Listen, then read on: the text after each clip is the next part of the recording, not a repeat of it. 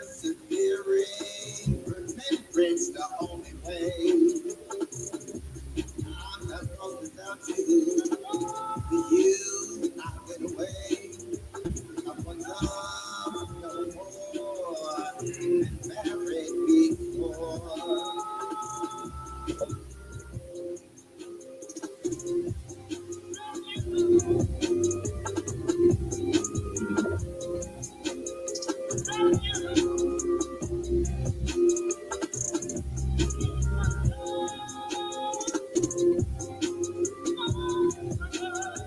I gave my love to you. Smooth promises, not idle chatter. Kept my word, reciprocated absurd. My life to you didn't matter. You told me that you loved me. Malicious covert games you play. Selfishly combative. Compromise was not your way. Vacillating spirit. Cognitive dissonance and command. Reject my role of leader. Desecrate me as a man. Loving me is easy. Display attributes of him. Bad lady from the start. Never like you was friend. Treated like an object. Placed upon the shelf. Used me when you wanted to. Thought all about yourself. I'm not lost without you. With you, I went away. I would love no more. Been married before. Hi, Nurse with the Kicks. How you doing? Long time no see. Hope all is well. Tell Pooh I said, hey. You know, it's like Tina once said, what's love got to do with it? You know, a lot of people debated that statement. But Tina was right. You see, you got to learn how to not only love a person the way you know how to love, but you have to love the way they need to be loved. You know, I can tell you how to love me, how to handle me. Yeah, because you got to know how to handle me, right? You got to learn how to handle my heart, my mind, my spirit, right? You have to have a go-to source, you know, the same one that I use. Yeah, God. Because if that ain't your go-to source, well, this is, you got a go-away source, because this ain't gonna last, baby. Yeah. So, let's get it right. Uh-huh.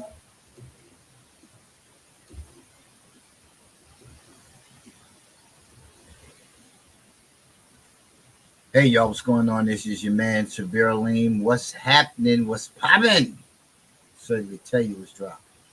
Another episode of Daddy's right here live.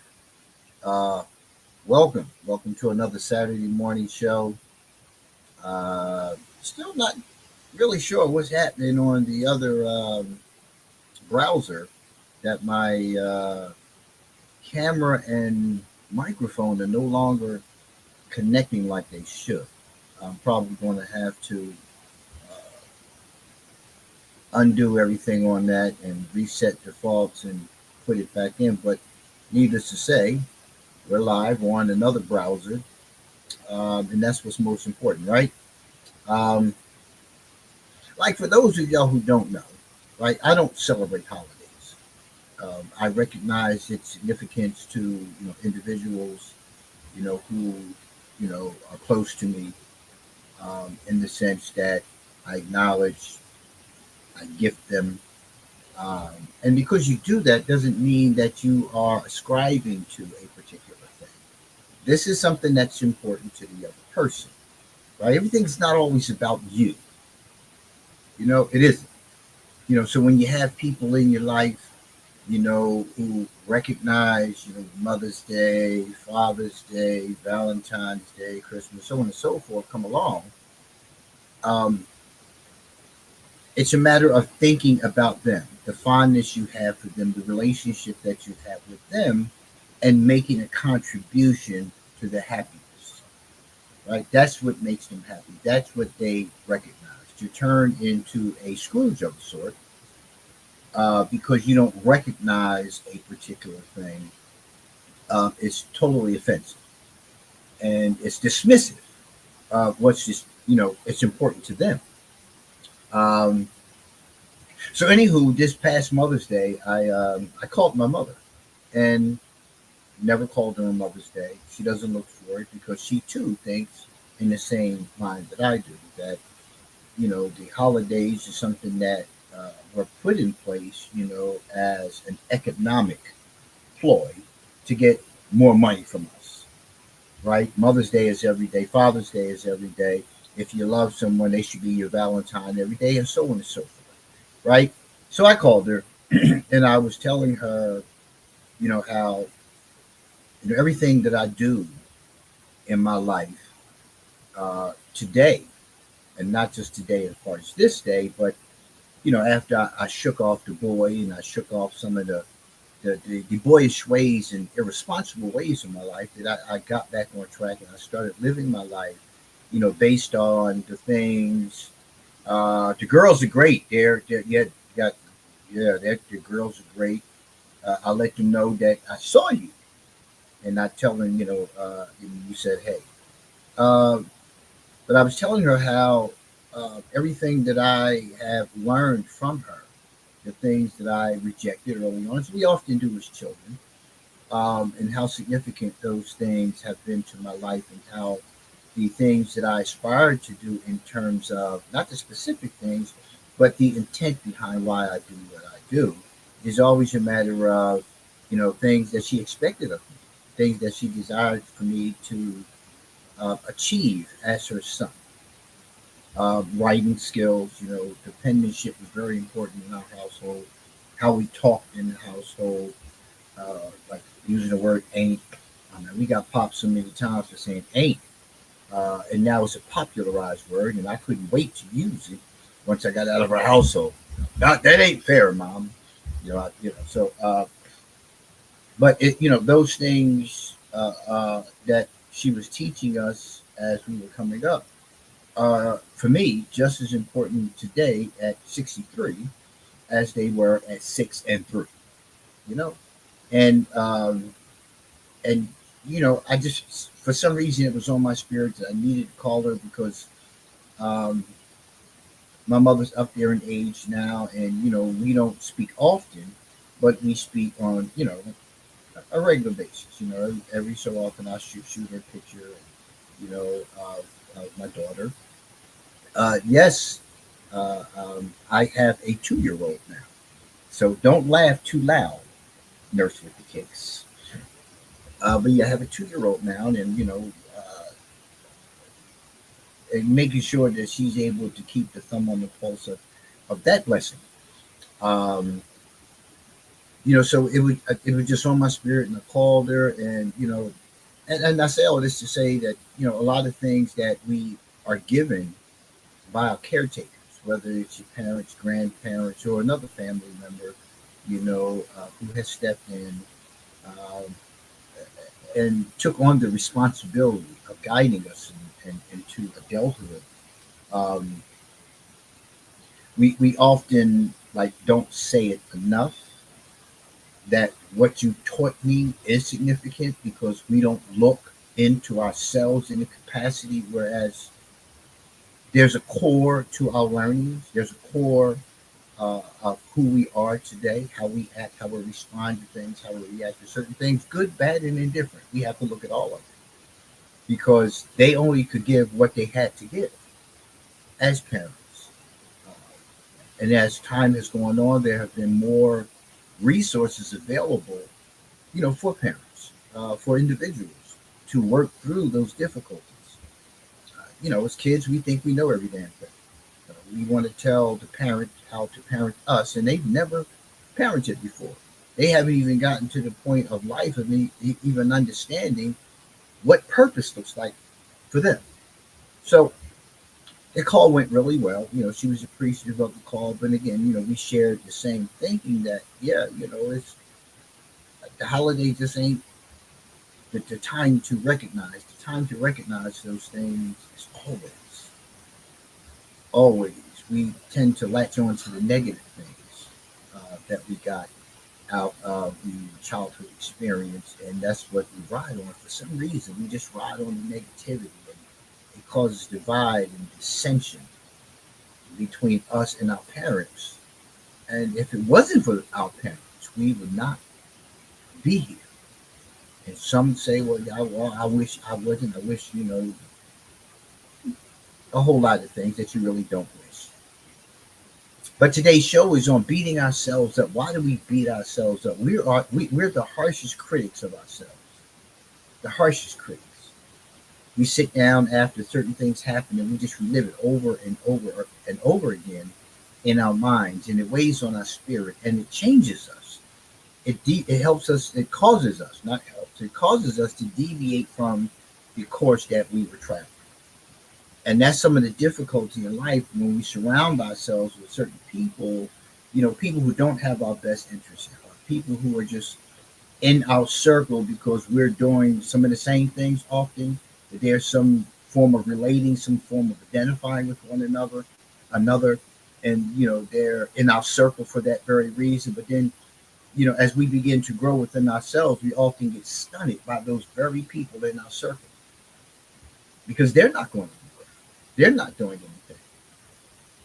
But they're usually the ones around you who are shaping and molding uh, who you are, who you become.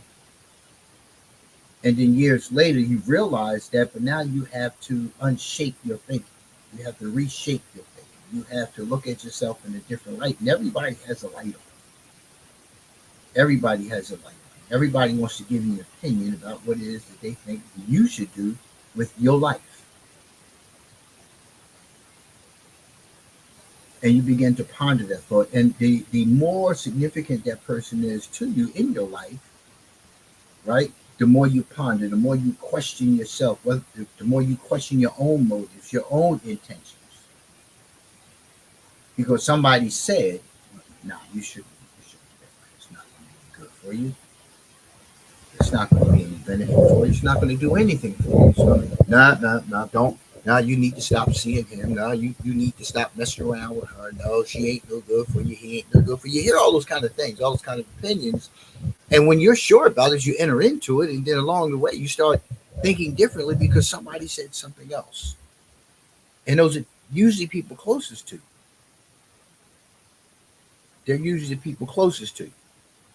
So when you see that happen, and you really like don't take the time to figure out why they're saying this, you just know you and I were cool.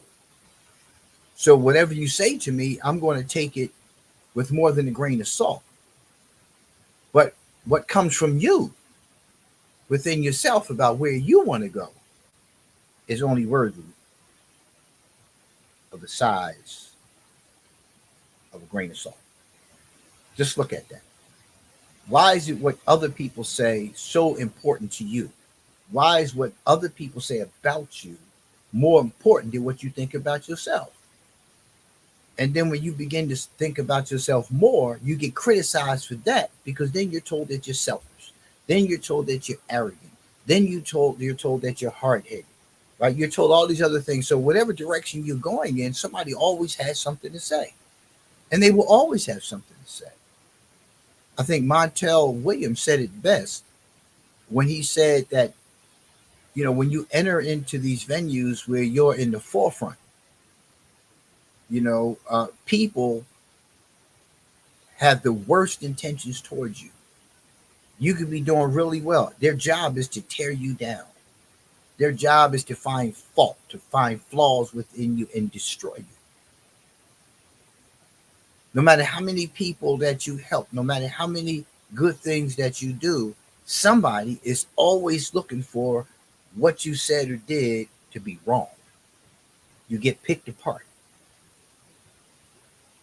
And when I started out doing these shows way back when, and I started doing functions, way back when, 2005, 2006. And I started doing community events and I started doing, the online thing, for Daddy's Right Here.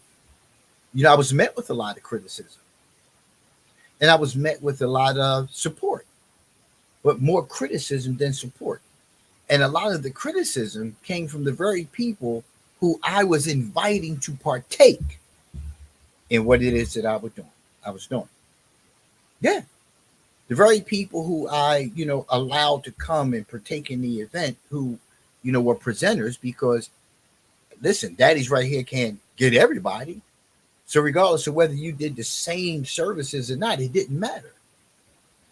It didn't matter. I wanted to make sure we all ate. I wanted to make sure that, listen, if I can't get any more than 50 people into my classes, well, you have space. Let me help you fill your space. And these very people, I saw that they didn't do likewise. Not that I was looking for it, but if this is what we're doing, if this is our intent, if this is our purpose, if this is what we constantly talk about, is that we advocate for the betterment of families, right? How do you destroy an individual, right, who's about the same mission? And I saw how people acted differently when they were around other people who are in the same circle. You're around me, you act one way, but then when you're around them, you get new. And I started looking at all those things. And then when you're with me, we have these intimate conversations about life. And then no sooner than you're in their presence, right? You're a whole new dude. Right. And we get shaped and formed via these things because a lot of it has to do with envy. A lot of it has to do with people think that you outshine them and don't want you to outshine them. People, they don't want you to be the go-to source because they think that you're going to take their business. Those kind of shenanigans that go on in relationships. And at the end of the day, listen, today, I can count how many friends I have on one hand. And I like it that way. Because you begin to realize that if you don't take care of you, and we talked about this in last week's show about taking care of yourself, right? If you don't take care of you, nobody else is going to do it. It's nobody else's responsibility but yours. It's not somebody else's responsibility to make you happy. You need to be happy on your own. Anyone else in your life should be contributing.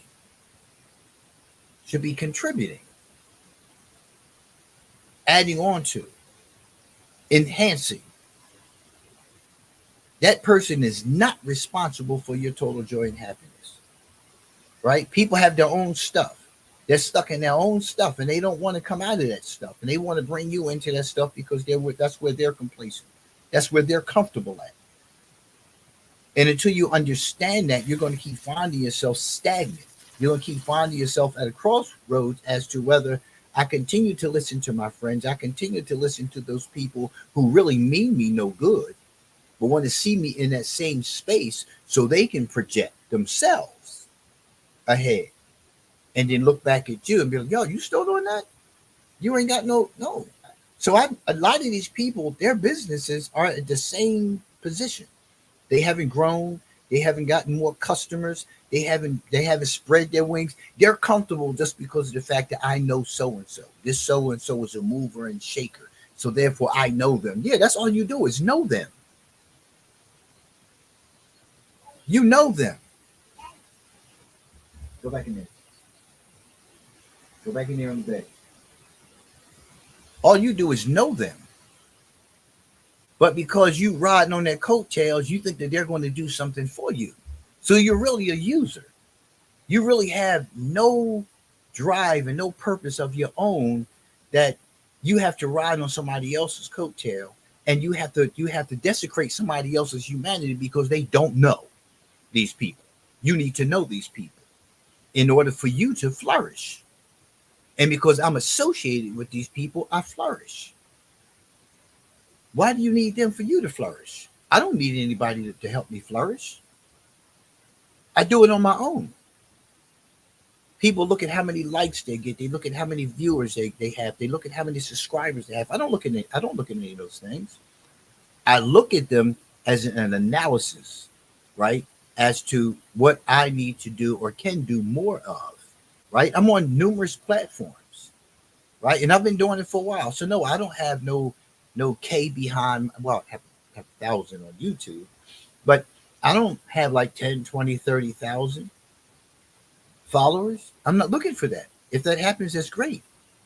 But at the end of the day, when you look at all of these people who have all of these viewers, you look at what is it that they're doing? People are attracted to chaos for some reason. For some reason, you will see constant reposts of nothing. Me shaking my behind, me talking, using this divisive language, dividing other people, dividing races, always downing people. You see, like of late, you see an onslaught of things about recording artists, right? You see all of these new beefs emerging. You see more and more conflict and confrontation in feeds. So I use social media, but I don't use social media to tell you about my life story. I don't use social media to let you know I'm on this vacation, I'm on that vacation, I'm doing this, I'm doing that. You got you've if at all you may have seen one picture posted by me of my daughter, right? I don't need her to be on social media. I don't need you to know that part of my life. If you want to know that part of my life, you pick up the phone and you ask. If I want to share that with you, I'll share that with you. But that's not what I use social media for. I use social media for the purpose of daddy's right here, and other aspirations such as my new product line that'll be coming out soon. You'll find it on Etsy. You'll find it on Shopify and a host of other platforms. My Aline, it's my product, right? So I have a lot of stuff. I'm coming out with a clothing line, a Aline clothing line, which I'm working on now. Looking into who can provide me with the type of shirts and the garments that I want to use for the product line. My artwork is going out, things of that nature. That's what I do it for. Because that's what I do, right? But you have all this negativity that falls behind it. You have all this negativity that falls behind. Oh, your prices is too high. No, well, no, I can get that cheaper, so on and so forth. Or what? Listen, listen to what I'm saying to you. You're not going to get rich off of the people in your circle. You're not going to get rich off of family and friends. That's not how business goes. But you'll have people who will criticize you for doing something while they're doing nothing. You have to remember that. So my focus is not on other people in the sense that I'm concerned with what you have to say about me. When you delve into shows such as this, people want to post comments. They're going to post negative comments. You have these trolls. You have all this stuff that goes on because that's the world we live in. But if you allow that to drag you down and to keep you at a position of not growing, then they're not your problem. You're the problem. You're the problem. So today's show, as you see, is titled Beating Me Up, right? Because that's what we do to ourselves. We beat ourselves up. We go back and forth within ourselves about what we should or should not do, what we shouldn't have said, what we should have said. You know, the article is by Beverly D. Flaxington. It's from Psychology Today. And it's 5 ways to stop beating yourself up. It's easy to be your own harshest critic. Better to be your best friend, right? It's great to have goals. Everyone needs to have things in life they strive to achieve. But is it necessary to constantly seek perfection in everything and then beat ourselves up for every misstep or harshly criticize for each perceived underachievement? And it says perceived, right? And that perception is formed by what? What is that perception formed by? You have to look at that. What is that perception formed by? It's formed by childhood experiences. It's formed by, adult experiences. It's formed by trauma. It's formed by people around you who tell you not to do it. Don't try it. It's not going to work. Things of that nature, right? That's where you get the perception perception. And people start telling you, well, you ain't gonna never have enough money. You need money to do this. You need money to do that. If you don't have this, you ain't gonna connect with nobody. You got to know people to get here and all that kind of stuff. So it's a perceived unachieved. Back to the article.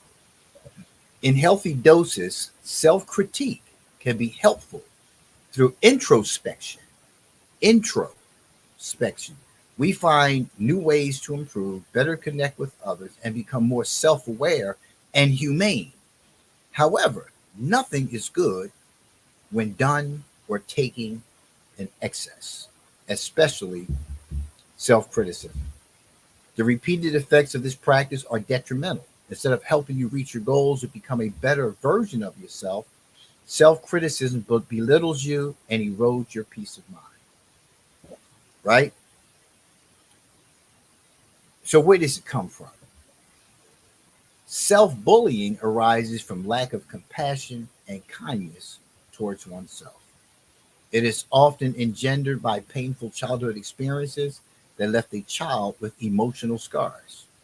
Children are more vulnerable and susceptible to negativity. So harsh criticism from parents, teachers, or peers can easily shatter their confidence, making them feel insecure or adequate. So here we're talking about where self-bullying arises. We're talking about childhood, the messages that the child gets from you, about themselves, about themselves. Then you start looking at adulthood, as I was talking about earlier. You start looking at the people you have around you. What are they telling you? What are they saying to you? What negativity are they influencing? Right? When you see them have certain things and they're ill-gotten gains, and you see them get these things, and you're working hard every day, but they're doing something other than they're doing the illegal stuff to get these same things that you want. It sounds real easy to stay in this place and do what they're doing so you can get the same thing that they're getting. Ultimately, that's what happens to so many, right? And then it talks about here, shattering your confidence and making you feel insecure or inadequate. What happens when you start feeling insecure inside? Because we're talking about introspection now. What happens when you start feeling like you're just not enough? What happens inside of you? How do you respond to those feelings of being inadequate? You start looking outside of yourself for things to make you adequate, make you feel adequate. You start looking towards other people to make you feel adequate. Then you become clingy. You start clinging on to them, right? They validate your existence. They validate your skills, your abilities. They validate all those things for you, but it's just not enough because these feelings of inadequacy have gone deep. So now you're looking at your significant other to bring about change for you, to make you feel adequate. But what are you inadequate about? What area is inadequate about your life? What area? Because the feeling of being inadequate has a core to it.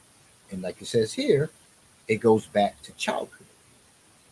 So just because you become an adult doesn't mean childhood is no longer significant. A lot of people never had an opportunity to enjoy childhood.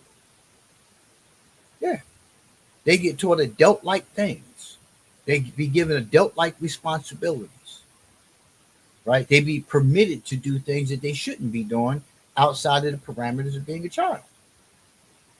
You're a child, you stay in a child's place. You learn and understand childhood, and you enjoy childhood when you can. Right? You enjoy it when you can, while you can. You'll have plenty of time to deal with all the other stuff. Be a child. Be a child. Learn how to grow up. Learn how to come into adulthood. As opposed to trying to thrust yourself into adulthood, what you think are adult responsibilities. Adults don't do everything right. Adults do a lot of things that they tell you to do as I say, not as I do. Right? But you have to understand that you are a child and you need to stay in a child's place. right?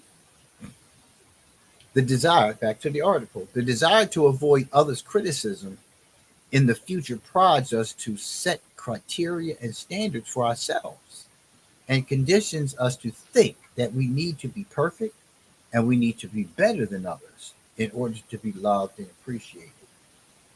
And you see a lot of that today. You see a lot of that people comparing themselves to others, people wanting to be better than others. I mean, I talked last week about like how all my friends were, not all my friends, but a lot of my friends were wearing certain things, and their parents were taking them certain places and doing certain things because they were talking about it and it was so joyful to them. I wanted to do the same thing. Well, Johnny, his parents took him.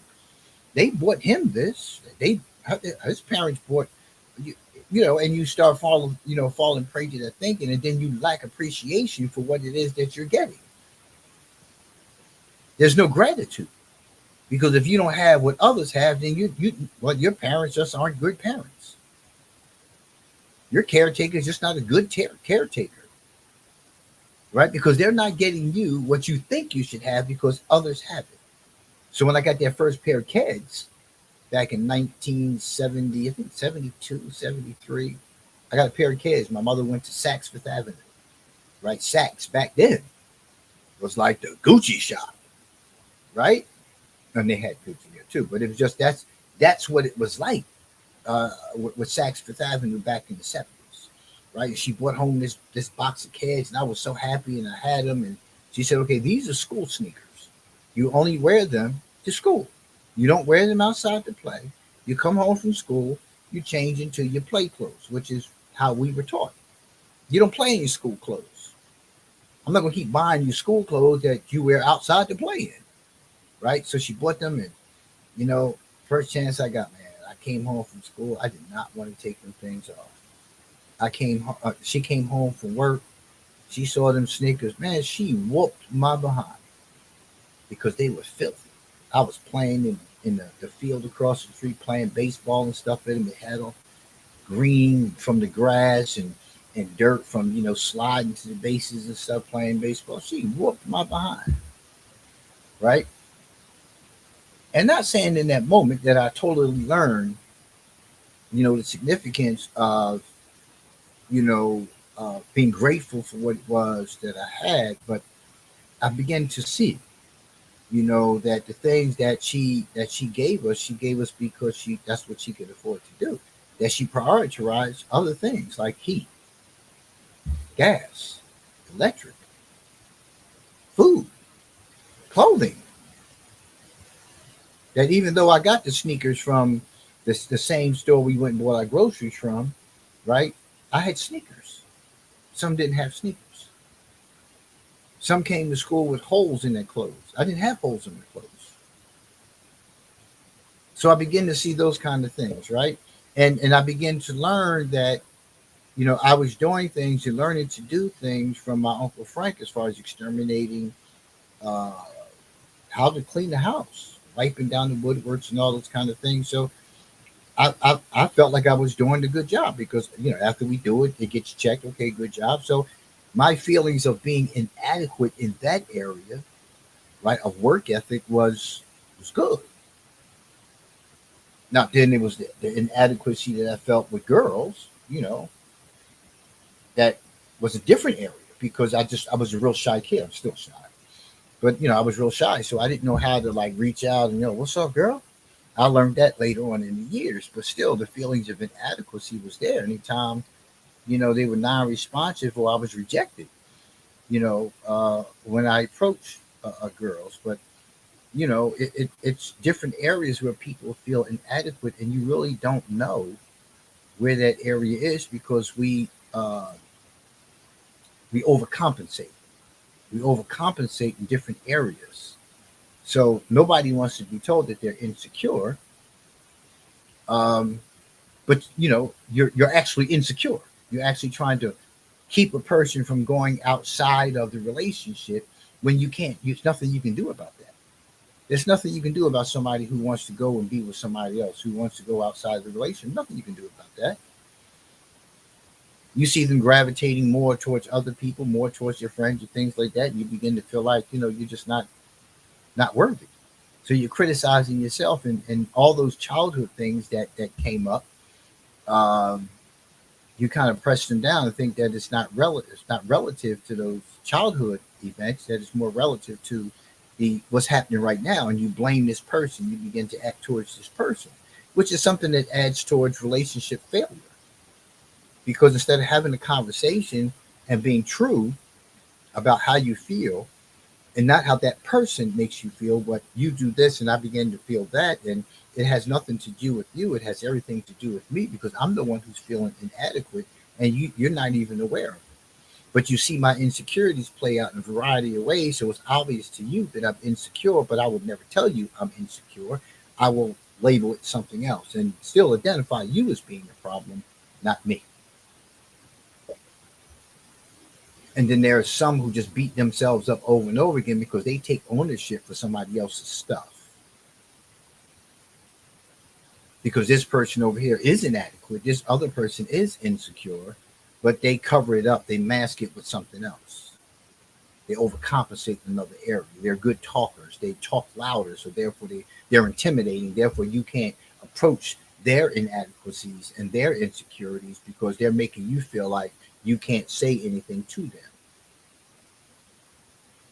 And a lot of times that's just what that is. That's them overcompensating for the fact that they are insecure or feel inadequate.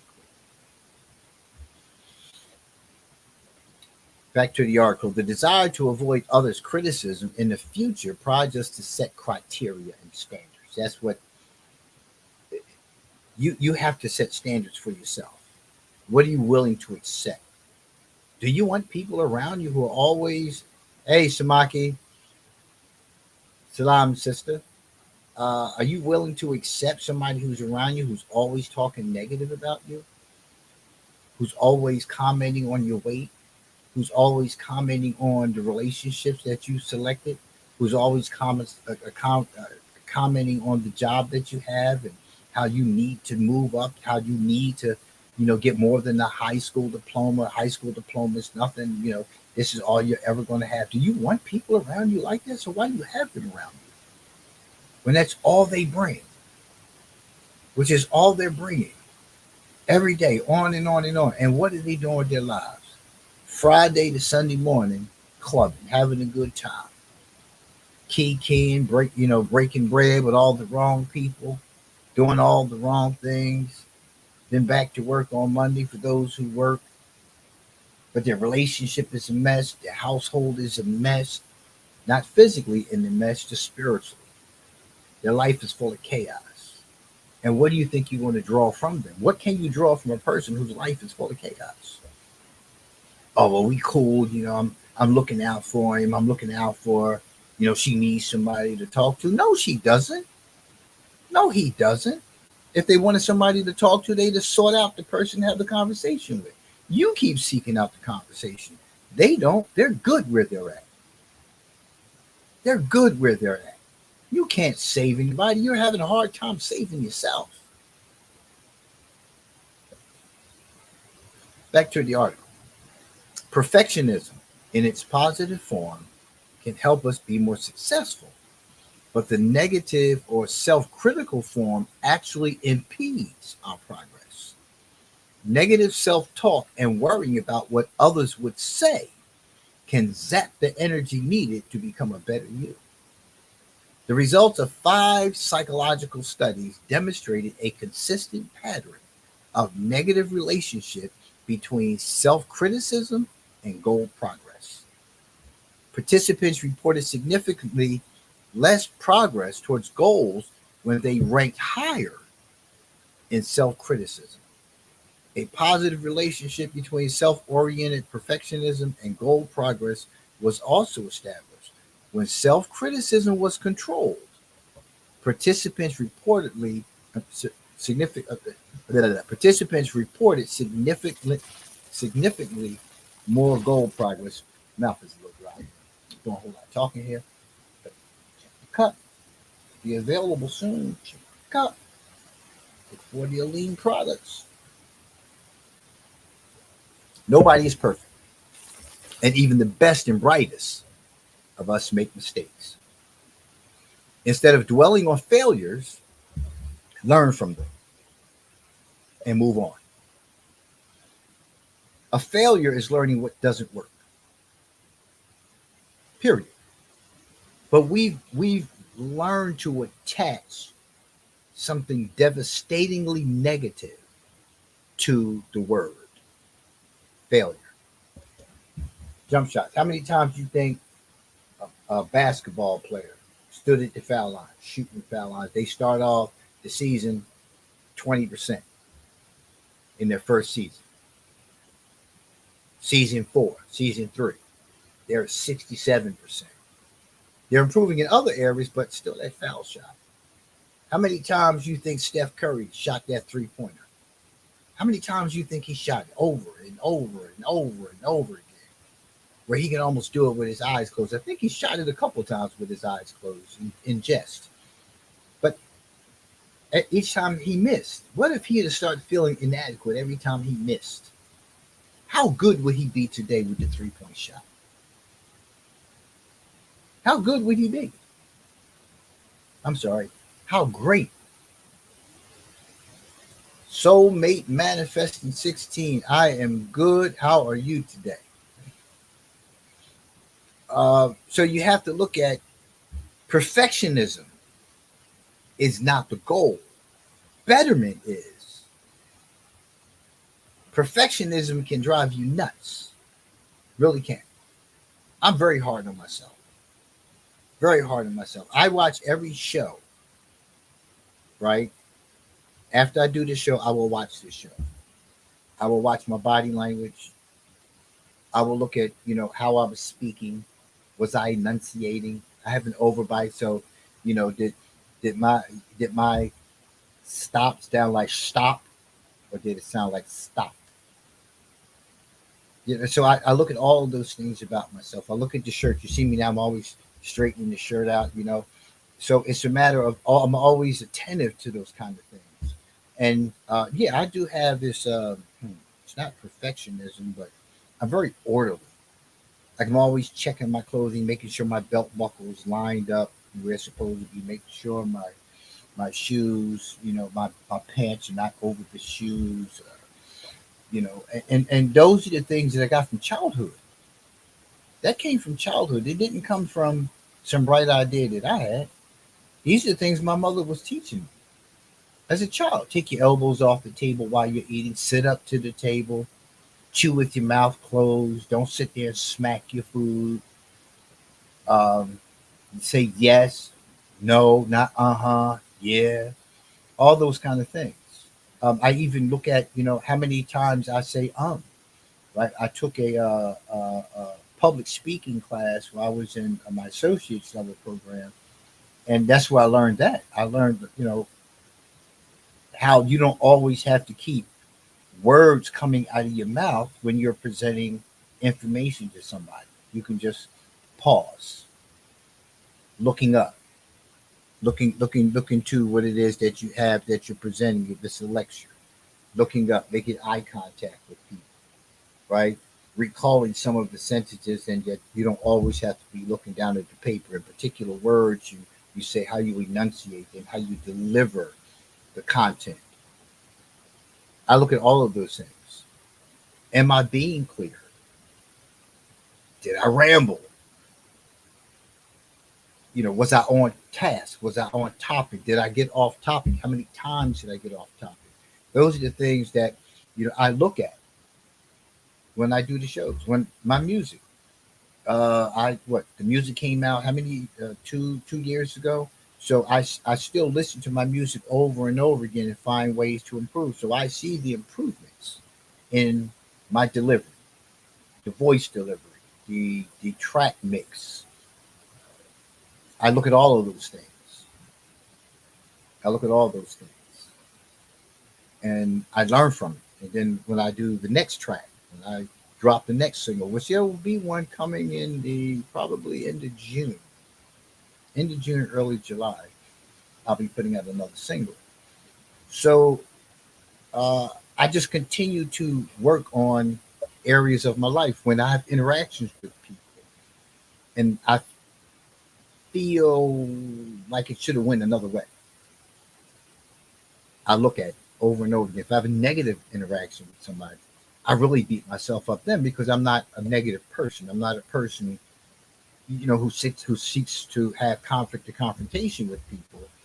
And when I do, I feel bad about it. Whether I think they deserved it or not, I feel bad inside. Again, we're talking about introspect, looking at yourself, not the other person. Because if the other person did something or presented to you something negative, it's how you respond to it that rests on your spirit. If you respond in a way that it's not characteristic of you, how do you feel about that? What do you do about it to change it? Now, you can't always apologize, but you can show your actions in an apologetic way. Sometimes it's just that day. Sometimes we have bad days. Sometimes we have bad moments. But when you're around people who pick you apart every time you do something, and they tell you that you're just a failure, you need to just give that up. That's not a good thing because you don't want to make a mistake. So you strive for perfectionism just because they continue to tell you negative things about yourself, and you won't achieve that because you have this negativity gnawing in the back of your mind. Nobody is perfect, back to the article, and even the best and brightest make mistakes. Instead of dwelling on failures, learn from them and move on. And moving on is the hardest thing to do for a lot of people. When you're a perfectionist, you relive it over and over and over and over again. You don't let it go. And that keeps you from forward progress, as it said in a previous paragraph. It impedes your ability to move forward because you constantly relive it. And if that person's around you on a regular basis, that's really, really, really, really some heavy stuff to deal with. Because every time you see them, you're reminded. You're reminded. And if you don't see them often, you come into a venue where they are, it hits you. And automatically, all the positivity you had going to this particular place or, this event or whatever, you see this person, it all just changes you. They just took the wind out of your sails. You excited about going here. And then here comes Johnny. Negative Johnny. Always criticizing you, telling you, nah, that ain't gonna work. Nah, that ain't gonna work. So here you are, ready to shine. Get ready to do a workshop, do a lecture, do a class. And here they are. And the whole time you're focusing on the negativity from them. You're stuttering over your words. Your remarks are more geared towards trying to show Johnny, negative Johnny, that you can do this. You're trying to prove something to negative Johnny. And everybody else who came there to hear the good message that you often bring, that person has changed the course of your day. They have changed the course of your delivery. So after you get done, you're full of self-criticism. You done beat yourself the hell up. I always ask my significant other, like, so what did I say? How did how was it delivered? How did you receive it? Because I don't remember. I don't sit down and script this out. I find an article that I think has some good content, and I go through the content, and I learn with you. I learned this article. I haven't read this article. I saw the subject matter. I kind of perused the article. So it sounds like a great topic. I'm learning the same time that I'm doing the show with you. The same time. So it's not scripted in the sense that, I know what I'm going to say because it's in front, and, it's written down for me. I don't know what I'm going to say. I don't know how it was delivered. I'm speaking from my heart. I'm speaking from knowledge. I'm not speaking from the script. Therefore, I asked, so how did that come out? I did a show one time, and I was so tired. I had been up all night in the lab working on some other projects, and at some point I felt myself like I just zoned out, and because I'm so saturated with the content of behavioral change, behavioral modification, and things of that nature, I got through it. But I know I dozed off a couple of times in the show. I was like gone. And yeah, she told me, she said, yeah, you were gone for a minute. You know, she said, you look like you actually sleep. And then I looked at the show. Um, I saw the ramble, but it didn't interrupt the flow of the show, if that makes sense. I kept on going with the content. I kept on going with the discussion. Um, I think a couple of times I had to, relocate myself as to where I was. I was in the sand and the show was in the grass. So it happens. It happens, and I always want to make sure that I get, you know, a good, clear message to people. But sometimes, it just doesn't. And I beat myself. I was like, I kept looking at the show over and over again, looking for those periods where it actually, that wouldn't do it. That wouldn't. What did I just say? Whew, okay.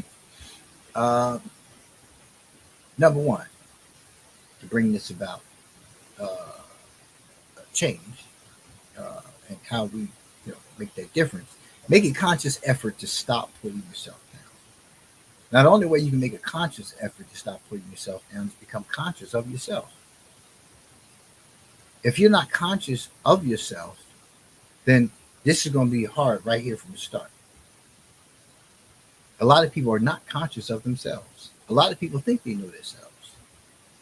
And next week, I'm going to do a show on Johari's window, right? It's these quadrants of self, that uh, change. The more you disclose about yourself, the more you learn about yourself, the more you learn from others about yourself, because you learn from others about you. How you think you are perceived by people, how you present yourself to people, right? They're two different things. And yes, people have their own perceptions. People will form their own perceptions about you. But at the end of the day, how much of this is fact? Because if somebody told you today, well, I'm talking to you, you just never listen. You keep cutting me off. I'm trying to tell you something, you're cutting me off. They told you that today. And you don't sit down and you don't make a conscious effort to look at what it is they just said, right? You will just blow it off. But if you make a conscious effort to listen to what they said, you'll hear somebody else in the back of your mind saying to you too. My mother told me, you got a problem with your mouth. You always your mouth, right? Your mouth. As a child, I always talking back and always having something to say extra. Always having to have the last word about stuff. And I saw how that played out in my early adult life. Yeah, it played out in my early adult life because at that point in my early adult life, I had gravitated towards a different group of people who had a different set of rules. Back to the article. To do that, you need to be more aware of your negative self-talk. Those jabbing comments that you make to yourself. Compliment yourself on the things you do well. Acknowledge your achievements, no matter how small. Make a list at the end of each day of 5 things you did well that made you happy. Here's that word again, happy. That made you happy. Not happiness you gave to somebody else. That made you happy. 5 things that made you happy. That's hard for a lot of people because a lot of people don't spend their days doing things to make themselves happy. They're appeasing others. They're gratifying others. They're raising others up.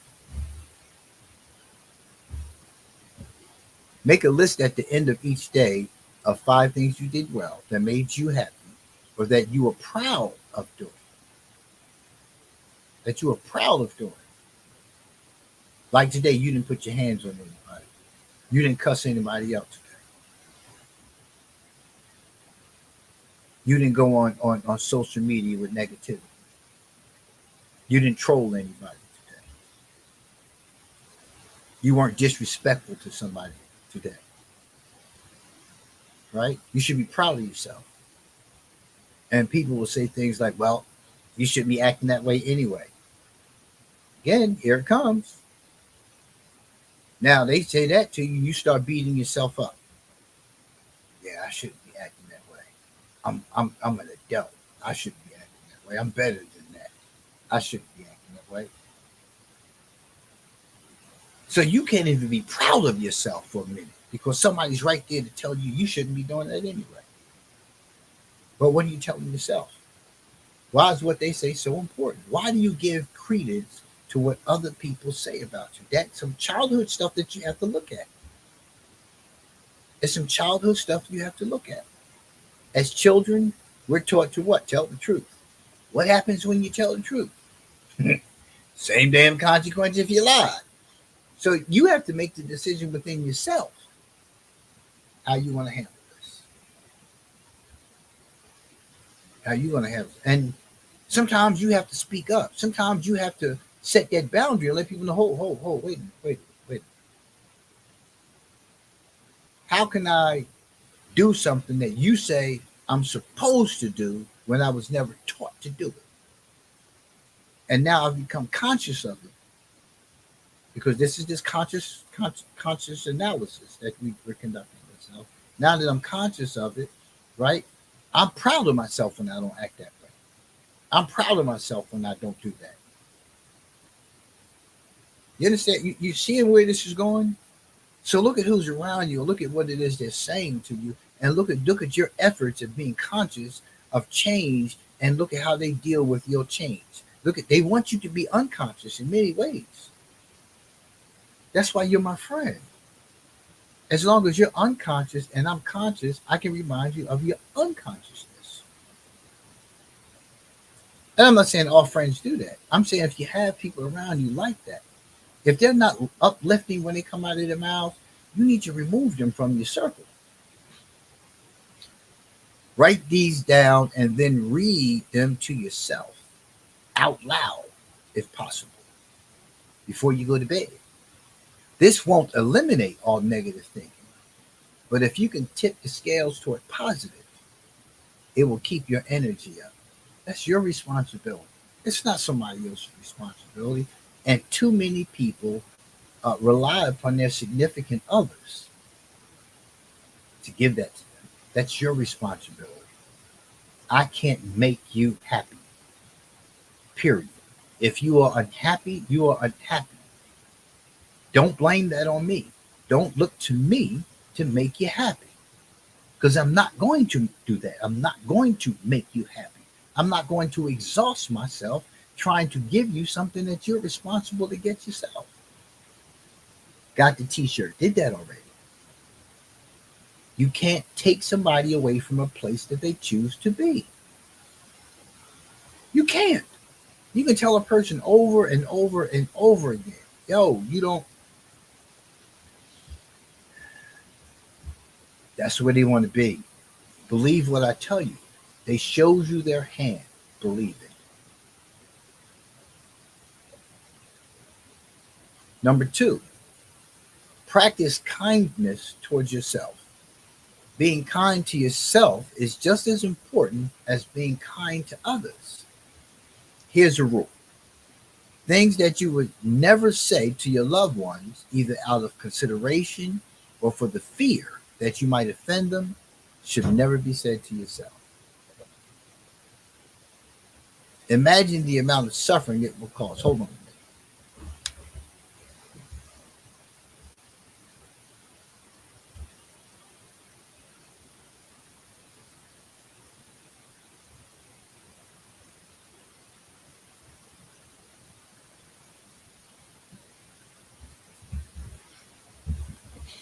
Okay, had to go check on the little one. So if you tell somebody else on a regular basis outside of you that you love them every day, I love you, I love you, I love you, boo, I love. How many times do you tell yourself that?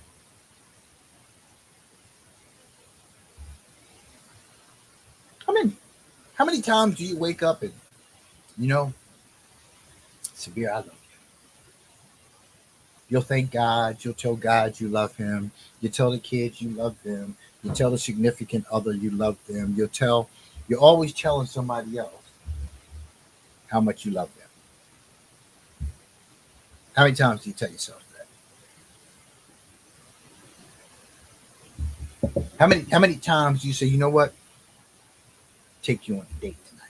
You deserve it. How many times have you told yourself, you know what? Sippy, I'm gonna take you on a date tonight because I love you. How many times? Think about it. You spend every waking moment trying to please somebody else. You spend every waking moment doing that. How much love has been given to yourself? How much? Think about it, right? Um, Imagine the amount of suffering it will cause others to hear these things from you and realize that you are hurting yourself just as much.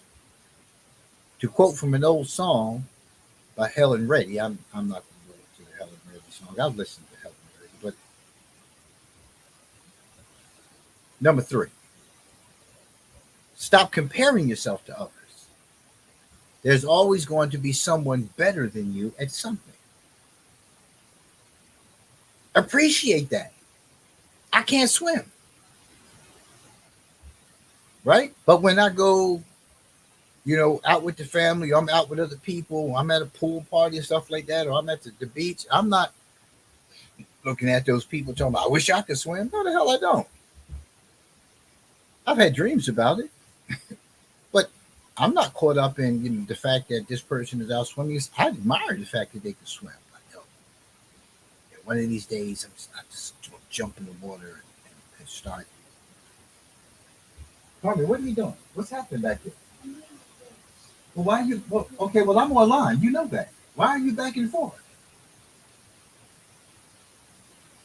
You're gonna have to wait till I'm done the show.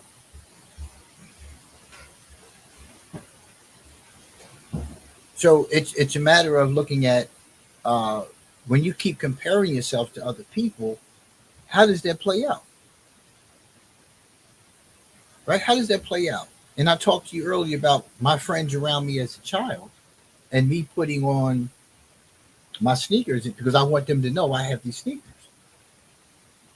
And what happened to me, the consequence of that. So here at number three, it says there's always going to be someone better than you at something. At something. There will be those who are not as proficient as you too. If you tend to compare yourself to someone who is the best at what they do, you may be playing a losing game. We play so many roles throughout our lives that it's impossible to be better than the other 7 billion human beings at everything. Accept the fact that you are not perfect and focus on being the best version of yourself. The best version of yourself. And when you look around, you see so many people, broke people, right? Especially broke people. And we're all broke in many ways, but I mean, broke people. People who don't have a dollar in the bank, but have $500 worth of gear on themselves every day. People who don't have any life insurance, but get the new Jordans that come out every single day. Think about that. Every single day. That's what's happening. That's what's going on. Number four, think of mistakes as learning opportunities. And we talked about that earlier. It's a mistake, right? But when you start categorizing repetitive behaviors, right, that are you should have learned from, right, they're no longer mistakes. It's conditioning. You choose to conduct yourself in a way. You choose. You choose that way. For me, I always tell people the mistake is putting on a black sock and a navy blue sock, right? If you look at it from that sense. It says here, life is an unending process of self-improvement, and mistakes are unavoidable. Hold on. Hold on. Hey, aren't y'all supposed to be going to dance practice?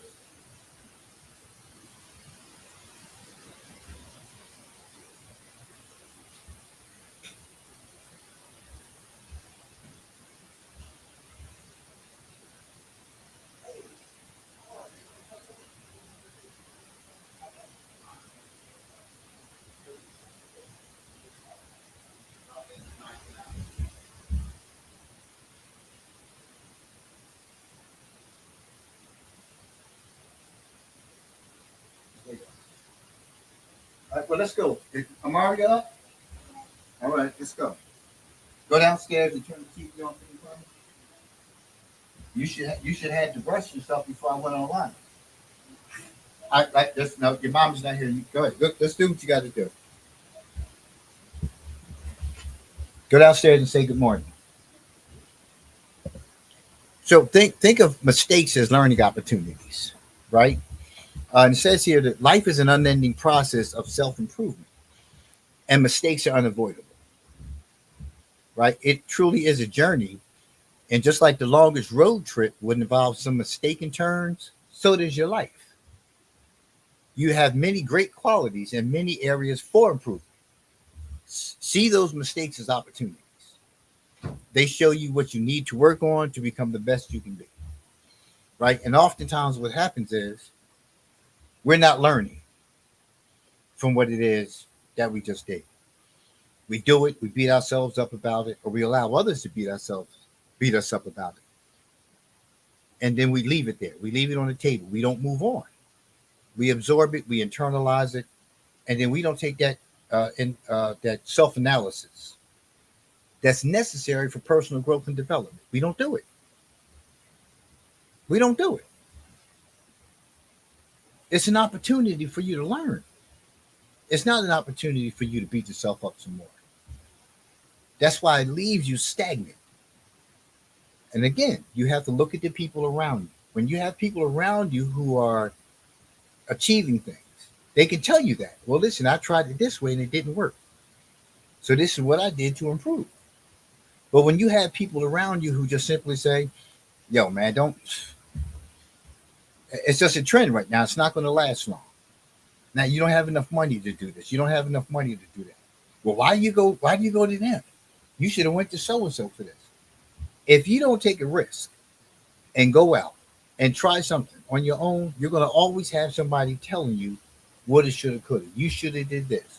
You should have did that. You should have went here. You should have went to this person. You should have went to that person. And in a time where we have so many scams going on and so many people who are just maliciously taking from you and giving you cheap product, making you wait long periods of time for deliveries and things of that nature. That's the kind of times we live in. That people are always scamming. You never know who you're going to really get something from until you come to know them. You get one shot with me. If I order a product from you and your product is subpar, right? I'm not going to get business. I'm not going to give you any more business. I'm not going to get anything from you ever again. Ever again. I'm not going to give you a second shot. I'm learning from that mistake. Yeah, somebody said not to, but somebody's going to always say not to. Somebody's going to say, well, go here. And when you go there, you find out you experience the same thing that they said you were going to get from the other place. But I wouldn't be successful in what it is I'm doing if I didn't take those risks. You have to take those risks. You have to be okay with taking those risks. You have to be okay with making the mistakes. In the business that I'm starting, this LLC that I'm starting, right? There's going to be product loss initially because you have to learn how these things work. You have to learn how to manipulate the things to come out in the way that you desire to have them come out. So I might have about maybe $100, $200 loss experimenting with the things. But it's not a loss in the sense that there was no value in doing it because there was some growth from it. There was a lot of value in doing because now we know how to do it the way to get the desired results. But if I was focused on the fact that, listen, I just bought this merchandise, and I'm not trying to use it to make no mistakes on it. I want it to be perfect right from the gate.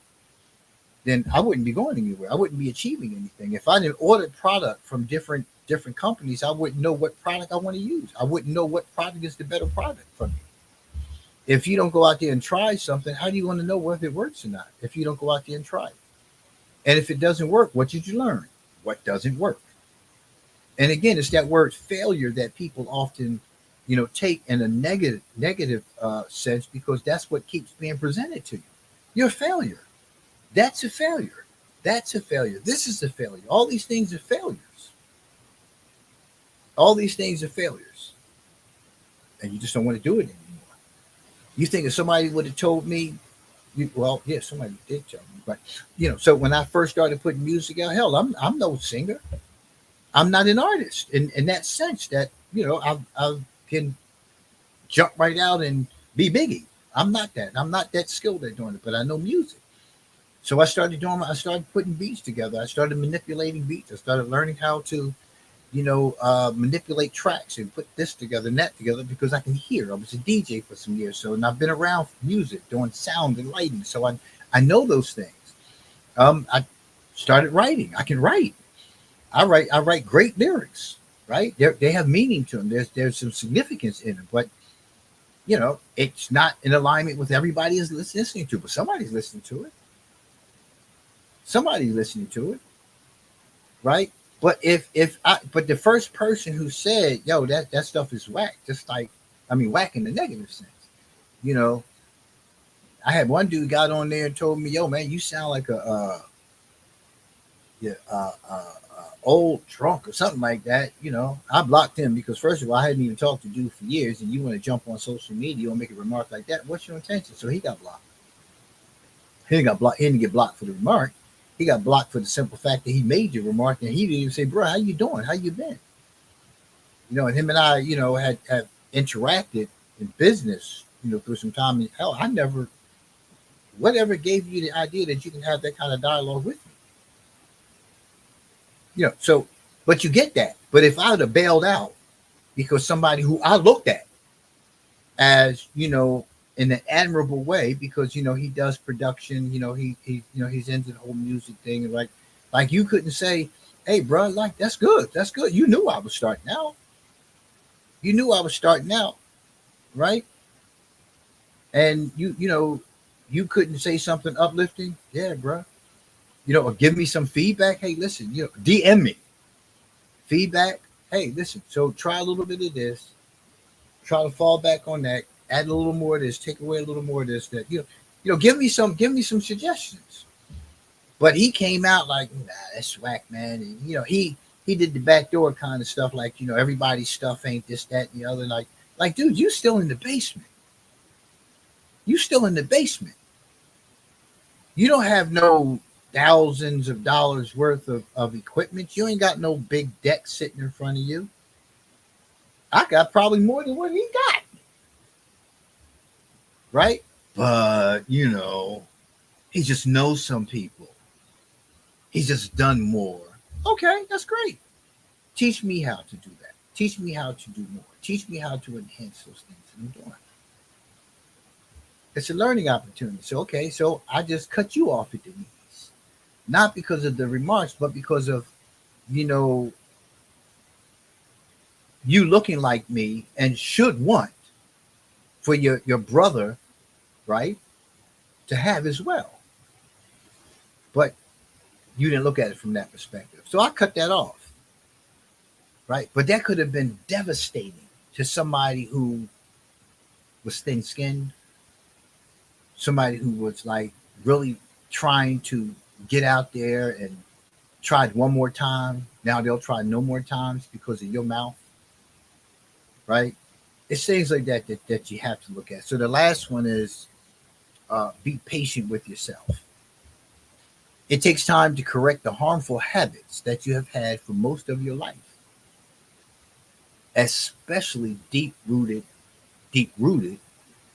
ones like self criticism. It's deep rooted. Yeah, yeah. Think back to childhood, how many times you beat yourself up because that little girl didn't even look your way. She went right to the other dude, the dirty dude. And I mean dirty in the sense of his character. That's what she liked. If she don't want you, you ain't dirty enough. Mom is teaching you to be good. Uncle Frank is teaching you to be a good person. Grandma and granddad teaching you to be a good person.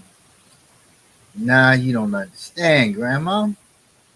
See, I like her, so I'm gonna be the dirty dude. That's what she like. Because I see those dirty dudes get all the girls.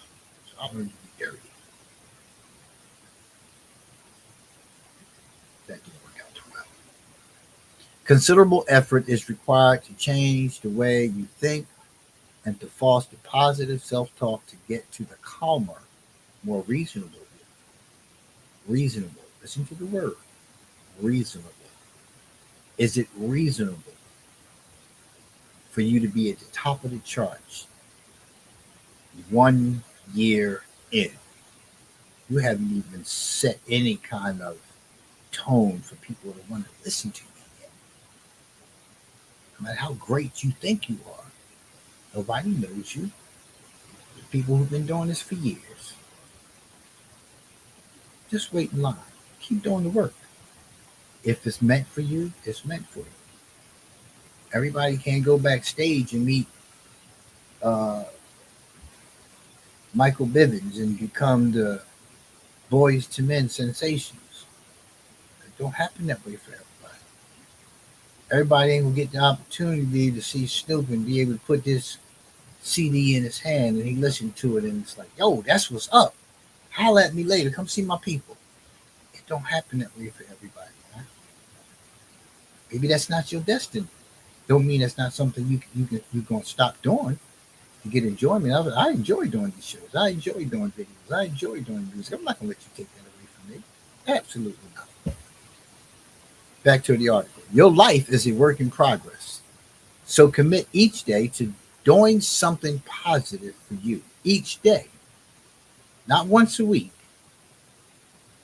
Each day. Do something positive for you. For you. Practice until being naturally good to yourself becomes more comfortable. Yeah, I do this. I listen. I do this because I feel good about doing this. I'm doing it for me first and foremost because it's me learning to be committed, to maintaining commitment, to being consistent, right? Consistency in one area of your life can trickle down to other areas of your life to be consistent. Commitment in one area of your life can trickle down to other areas and teach you to be committed. Yeah. You practice the habit. You learn the value in it. It becomes your core value. And then it's like it just spreads. It spreads, man, to other areas of your life. As I said to you before, and I will continue to say, remember, you are your own brand. Whether you put out a line of clothing, whether you put out a product, soda, juice, whatever it is, whether you work for a Fortune 500 company or a nonprofit, you are always your own brand. You have to maintain consistency with yourself. So that way you're consistent in no matter what venue you're in. No matter where you are, you remember that you are your brand. Everything you do, right, will be criticized. But you have to be consistent. When you allow other people's thoughts and feelings about you change that, you have a problem. And the problem is not theirs, it's yours. The last sentence. Most important, don't beat yourself up when you don't do it as well as you should. So you practice. You might not do it today. Today you may have allowed something else to get in the way. Your emotions about another thing, an event. You have to look at those things. But don't beat yourself up when it doesn't happen.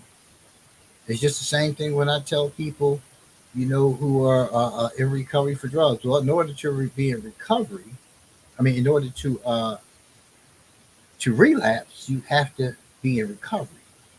And then you have to also understand that part of recovery is relapse. Is relapse. Is conditioning. Tell yourself every day that you love me. And I will tell you today that I love you. I appreciate all of you, for those of you who've been with me for years and those of you who have been with me for this hour. Even if you were in it for 5 minutes, I appreciate that. Hopefully you'll return, come back. But listen, you can be doing anything else. On Saturday morning, than sitting here listening to moi. You just, you could be, right? But here you are. I appreciate you being here. And listen, I will see you uh, next Saturday. Look, up the sky. It's a bird. It's a plane. It's just my dad. My dad. My dad.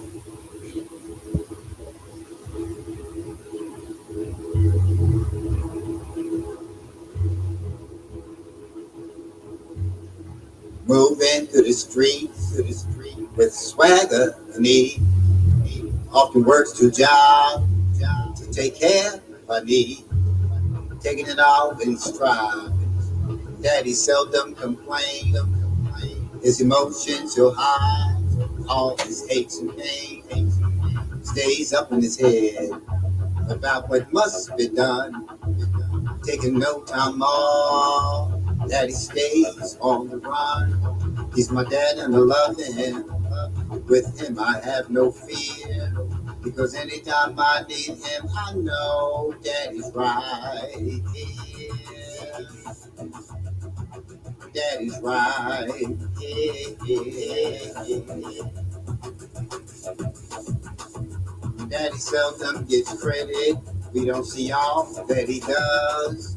What's important to us is always showing Daddy love. His love sometimes tough to learn why it took a while. Our relationship's special, one of Daddy's a child. He faces his responsibility, making it do what it do. Daddy's right here. Emotionally available, yeah, Daddy's coming through. He's my dad and I love him. With him I have no fear. Because anytime I need him, I know Daddy's right here. Daddy's right here. Nothing easy about fatherhood, protecting us from all the no good. Most of the time he gets it right. He'll usually see the light. He'll take his problems to God. Sometimes we'll pray together. The most gracious, most merciful one. With him the storms will weather. He's my dad and I love him. With him I have no fear. Because anytime I need him, I know Daddy's right here. Daddy's right here.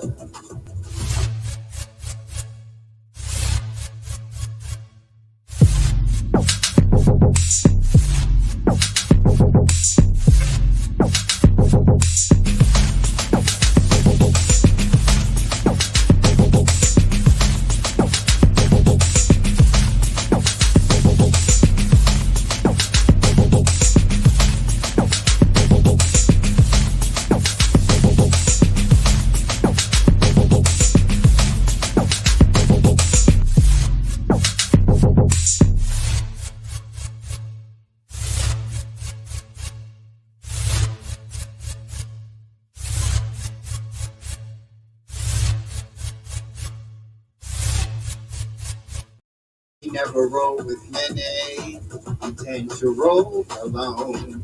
With all he's been through, Daddy always stayed the course, living life on his terms. God is his go-to source. He turned his life around, seeking refuge from the one above. Now we have the best of him, a daddy full of love. He's my dad and I love him. With him I have no fear, because anytime I need him, I know Daddy's right here. Daddy's right here.